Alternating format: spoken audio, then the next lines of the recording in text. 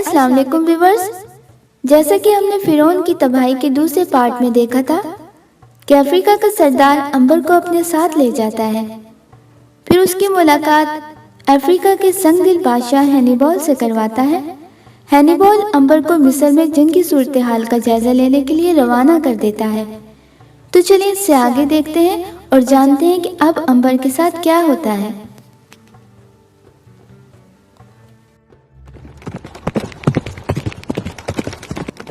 ایلام شہر سے مصر کی سرحد 7 دن رات کی مسافت پر تھی۔ دن کے وقت یہ لوگ سفر کرتے اور رات کو کئی مناسب جگہ دیکھ کر پڑاؤ کر لیتے تھے۔ چھٹے روز شام کے وقت یہ لوگ صحرا میں سفر کر رہے تھے کہ اچانک آسمان پر دھند سی چھا گئی، ہوا بند ہو گئی اور حبس سا ہو گیا۔ سپاہیوں نے فوراً ایک جگہ ریت میں خیمے لگا دیے۔ امبر نے سفر جاری رکھنے کے لیے کہا تو سپاہی نے کہا، سردار، بڑا زبردست آندھی کا طوفان آ رہا ہے، اگر ہم نے خیموں میں پناہ نہ لی تو ہم ریت کے تودوں میں دب کر رہ جائیں گے۔ اور ایسا ہی ہوا۔ ابھی وہ بمشکل خیمے کے اندر گھس کر لیٹنے ہی پائے تھے کہ آندھی چلنا شروع ہو گئی۔ یہ آندھی اس قدر شدید تھی کہ خیمے کے باہر ہزاروں شیر دہاڑتے محسوس ہو رہے تھے۔ ساری رات آندھی چلتی رہی۔ سپاہی خیموں کا ہاتھوں اور پاؤں سے تھامے رہے، ہر لمحہ یہی فکر تھی کہ ابھی خیمہ اڑ جائے گا۔ تھوڑی دیر کے بعد سپاہی تیز آندھی میں باہر نکل کر خیمے کے اوپر پڑی ہوئی ریت صاف کر دیتے تھے۔ اگر وہ ایسا نہ کرتے تو یقیناً ریت کے ٹیلے تلے دب کر رہ جاتے۔ رات کے پچھلے پہر طوفان تھم گیا، آسمان ایک دم صاف ہو گیا۔ انہوں نے خیمے سے باہر نکل کر دیکھا، صحرا کا نقشہ ہی بدلا ہوا تھا۔ جہاں پہلے ٹیلے تھے وہاں صحرا تھا، اور جہاں پہلے صحرا تھا وہاں اب ریت کے بڑے بڑے ٹیلے کھڑے ہو گئے تھے۔ انہوں نے خیمے اکھاڑ کر گھوڑوں پر رکھے اور ستاروں کی رہنمائی میں سفر شروع کر دیا۔ صبح کو سورج نکل آیا اور رات بھر کی شبنم میں بھیگی ٹھنڈی ریت ایک پہر دن گزرنے کے بعد انگاروں کی طرح گرم ہونا شروع ہو گئی، مگر انہوں نے پاؤں کے گرد چمڑا لپیٹ رکھا تھا اور سروں پر دھوپ سے بچنے کے لیے امامے باندھ رکھے تھے۔ دوپہر کے وقت انہوں نے ایک نخلستان میں پڑاؤ کیا۔ یہ نخلستان صحرا کے بیچ میں جنت کا ٹکڑا معلوم ہو رہا تھا۔ کھجوروں کے جھنڈ کی ٹھنڈی چھاؤں میں چشمہ بہہ رہا تھا۔ اس چشمے کا پانی بے حد ٹھنڈا اور میٹھا تھا۔ انہوں نے خود بھی جی بھر کر پانی پیا اور گھوڑوں کو بھی خوب نہلا کر پانی پلایا۔ تیسرے پہر جب دھوپ ڈھلنے لگی تو ایک بار پھر تازہ دم ہو کر اپنے سفر پر روانہ ہو گئے۔ ساری رات وہ صحرا میں ستاروں کی ہلکی ہلکی روشنی میں سفر کرتے رہے۔ ستارے آسمان پر بڑے ہیرے موتیوں کی طرح چمک رہے تھے۔ سپاہی تاروں کی رہنمائی میں سفر کرنے کے عادی تھے، چنانچہ جب رات ڈھل گئی اور آسمان پر صبح کی ہلکی ہلکی روشنی پھیلنے لگی تو انہیں دور ملک مصر کے اہرام دکھائی دیے۔ تھوڑی دیر بعد وہ مصر کی سرحد میں داخل ہونے والے تھے۔ سرحد کے پاس آ کر سپاہیوں نے امبر کو خدا حافظ کہا اور واپس ایلام کی سمت مڑ گئے۔ امبر ملک مصر کی سرحد پر اکیلا کھڑا تھا۔ یہ ملک تھا جس کی آب و ہوا میں وہ پل کر جوان ہوا تھا اور جس کے ایک فرعون نے اس کی والدہ کو زہر دے کے ہلاک کر دیا تھا۔ اس کا دل انتقام کی آگ میں جلنے لگا۔ اسے یوں محسوس ہوا کہ اگر اس نے فرعون کے خاندان سے انتقام نہ لیا تو اس کی ماں اور نیک دل چچا کی روح تڑپتی رہے گی۔ مصر کی سرحد میں وہ 1000 سال کے بعد داخل ہو رہا تھا۔ اس اثنا میں کتنے فرعون مصر کے تخت پر بیٹھ کر مر کھپ گئے تھے۔ اس وقت مصر کے تخت پر ابو سمبل کا پڑپوتا بیٹھا تھا۔ وہ ایک کمزور اور عیش پسند فرعون تھا۔ اپنے حرام کی خاطر وہ لوگوں کو بھیڑ بکریوں کی طرح قتل کروا دیتا تھا۔ ہر طرف خانہ جنگی کا سما تھا۔ مصر کی سلطنت دم توڑ رہی تھی۔ سرحدوں پر چاروں طرف سے چھوٹے چھوٹے ملک حملہ کرتے اور لوٹ مار کر کے بھاگ جاتے۔ ملک میں ہر طرف ایک افراتفری مچی تھی۔ جس وقت امبر مصر کی سرحد میں داخل ہوا تو اسے چند ایک مصری فوجیوں نے روک لیا۔ کون ہو تم اور کہاں سے آ رہے ہو؟ امبر اس وقت ایک شہر پھر کر بیماروں کا علاج کرنے والے حکیم کے بھیس میں تھا۔ اس نے کہا، میرا نام امبر حکیم ہے، میں فلسطین کے صوبے سے آ رہا ہوں، میں دکھی اور بیمار انسانوں کی تیمارداری کرتا ہوں۔ سپاہی نے کہا، تم ٹھیک وقت پر آئے ہو، ہمارا ایک سپاہی کل سے سخت بیمار ہے، اس کا علاج کرو۔ اگر تم نے اسے تندرست کر دیا تو تمہیں سرحد عبور کرنے کی اجازت مل جائے گی، وگرنہ تمہیں اسی جگہ قتل کر دیا جائے گا۔ امبر دل میں گھبرا گیا، یہ کس مصیبت میں وہ پھنس گیا ہے۔ مگر اسے اپنی دوائیوں اور خدائے واحد پر بڑا بھروسہ تھا۔ اس نے کہا مجھے مریض کے پاس لے چلو، آؤ میرے ساتھ۔ پہرے دار امبر کو ساتھ لے کر چوکی کی کوٹری میں داخل ہو گیا۔ کوٹری کے اندر ایک مصری سپاہی کھجور کی چٹائی پہ پڑا تھا۔ وہ نیم بے ہوش تھا، بخار سے اس کا جسم پھک رہا تھا۔ امبر نے اس کی نبض دیکھی، پھر اس کی آنکھوں کو کھول کر دیکھا۔ اپنے صندوقچی میں سے جڑی بوٹیوں کا عرق نکال کر مٹی کے پیالے میں ڈالا اور بے ہوش سپاہی کے حلق میں اونڈیل دیا۔ اس کے بعد اس نے ٹھنڈی ریت کا لیپ اس کے ماتھے پر کرنا شروع کر دیا۔ ریت گرم ہو جاتی تو وہ اسے اتار کر اس کی جگہ تازہ ریت کا لیپ کر دیتا۔ چند لمحوں کے بعد مریض کا بخار ٹوٹ گیا اور اس نے آنکھیں کھول دیں۔ سپاہی پہرے دار بہت خوش ہوئے اور اس نے امبر کو سرحد عبور کرنے کی اجازت دے دی۔ امبر نے رب عظیم کا شکر ادا کیا کہ اس کی جان عذاب سے چھوٹی۔ مصر کی سرحد سے ایک کچا راستہ جو کہ پتھروں سے اٹا ہوا تھا احرام کی طرف جاتا تھا۔ امبر گھوڑے پر سوار اس راستے سے گزرا، احرام کے کھنڈروں کے پاس پہنچ گیا۔ اسے یاد آیا کہ آج سے 1000 سال پہلے جب وہ ان احرام میں آیا کرتا تھا تو ابھی اس کی بنیاد کھودی جا رہی تھی، مگر 1000 برس گزر جانے کے بعد آج اس احرام کے پتھروں کے ٹکڑے بھی اڑ گئے ہیں اور جگہ جگہ خشک جھاڑیاں اگ رہی تھیں۔ وہ زمانے کی بے رحم تبدیلیوں پر غور کرتا ہوا آگے گزر گیا۔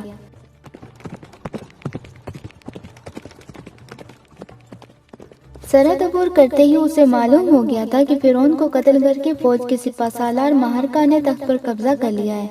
گویا اس وقت مصر پر فوج کی حکومت تھی۔ راستے میں امبر کو ایک فوجی دستے نے روک لیا جو گشت کر رہے تھے۔ امبر انہیں سلام کرتا ہوا آگے گزر گیا۔ سب سے پہلے بستی جو اسے ملی وہ ایک چھوٹا سا قصبہ تھا۔ اس قصبے کے کچے مکانوں پر ویرانی برس رہی تھی۔ امبر کو پیاس محسوس ہو رہی تھی۔ اس نے ایک مکان کا دروازہ کھٹکھٹایا۔ اندر سے کسی نے کوئی جواب نہ دیا۔ کئی بار دروازے پر ہاتھ مارنے کے بعد ایک بوڑھے آدمی نے دروازہ کھولا۔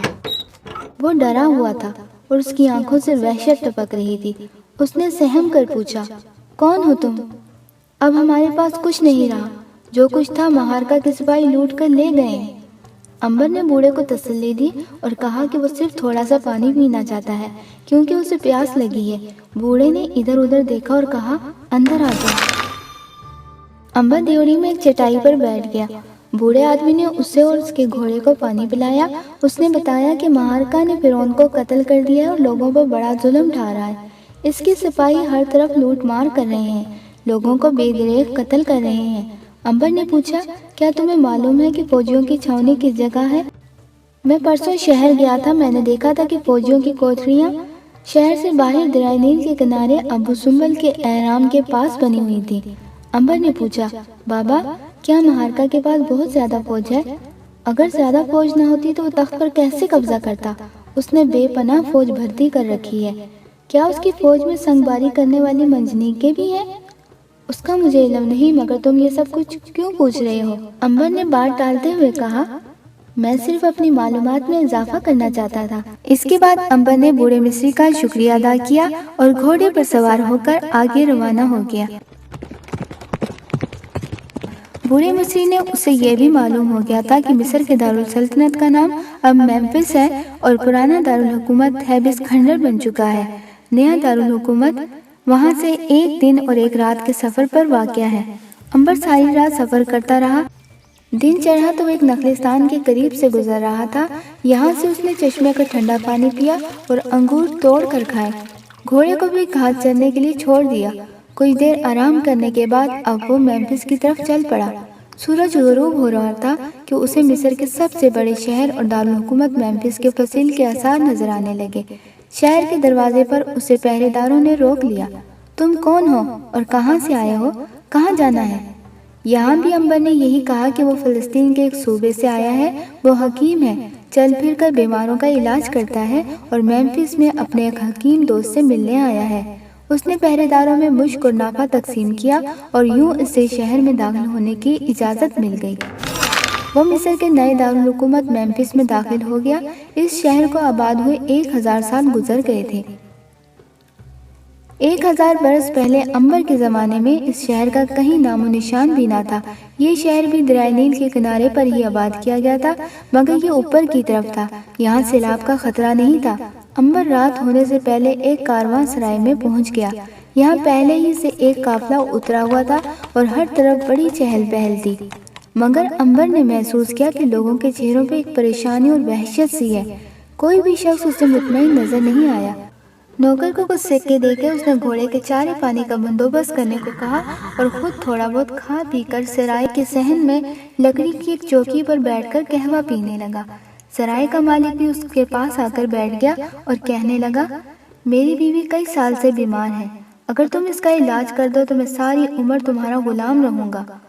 میں اس کا علاج کروں گا، تمہاری بیوی ضرور اچھی ہو جائے گی۔ امبر نے سرائے کے مالک کی بیوی کا علاج شروع کر دیا۔ ایک ہفتے کے اندر اندر بیمار عورت تندرست ہو گئی۔ سرائے کے مالک نے خوش ہو کر کہا، تم اس کے عوض مجھ سے جو مانگو تمہیں دوں گا۔ امبر نے کہا، مجھے اور کچھ نہیں چاہیے، صرف اپنی سرائے کے ایک کمرے میں کچھ عرصہ رہنے کی اجازت دے دو، میں اس کے عوض تمہیں پوری اجرت دوں گا۔ نہیں، میں تمہارا حق تمہیں ضرور دوں گا۔ امبر بہت خوش ہوا کہ اس کی رہائش کا مسئلہ بغیر کسی شور شرابے کے بڑی آسانی سے طے ہو گیا تھا۔ اس نے بازار سے کچھ ضروری سامان خریدا اور سرائے کے ایک کمرے میں ڈیرے لگا لیے۔ اب اس نے سب سے پہلا کام یہ کیا کہ پرانے دارالحکومت تھیبس کا پتہ دریافت کیا اور ایک روز اس کی جانب چل پڑا۔ تھیبس شہر اس کا وطن تھا، وہ اسی شہر میں پیدا ہوا تھا، یہیں اس نے رجال کے گھر میں پرورش پائی تھی، اسی جگہ وہ اپنے بے وفا دوست قہرمان کے ساتھ کھیلا کرتا تھا۔ یہیں قہرمان نے فرعون بننے کے بعد اس کی والدہ ملکہ کو زہر دے کر ہلاک کیا تھا۔ اسی شہر کے باہر احرام میں اس کی ماں کی قبر تھی۔ امبر اپنی ماں کی قبر پر دعا پڑھنا اپنا سب سے پہلا فرض سمجھتا تھا۔ پرانے شہر تھیبس کے کھنڈر نئے شہر میمفس سے کافی فاصلے پر تھے۔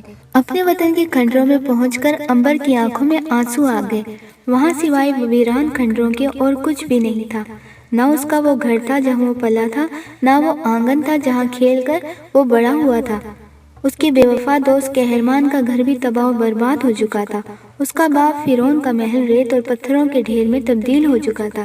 کہیں کہیں ایک آدھ ستون کھڑا تھا جو بس گرنے ہی والا تھا۔ درویش اناتول کی جھونپڑی کے باقی رہنے کا تو سوال ہی پیدا نہیں ہوتا تھا۔ دریا نیل بھی اپنی جگہ سے ہٹ کر کچھ پرے ہو گیا تھا۔ پرانے احرام کے پتھروں کے کنارے اڑ گئے تھے اور جگہ جگہ خشک جھاڑیاں ہو گئی تھیں۔ امبر کو اب یقین ہو گیا تھا کہ وہ 1000 سال بعد وہاں آیا ہے۔ حالانکہ 1 ماہ پہلے وہ اپنے شہر اور محل کو ہنستا بستا چھوڑ کر گیا تھا، مگر 1000 برس گزر گئے تھے۔ وہ بڑی مشکل سے تلاش کرتا ہوا پرانے احرام کے غار میں پہنچا۔ اس غار کا دروازہ بڑے سے پتھر نے بند کر رکھا تھا، اندر جانے کا کوئی راستہ نہیں تھا۔ امبر کو یقین تھا کہ اس کی والدہ ملکہ کی قبر اس غار کے اندر ہے۔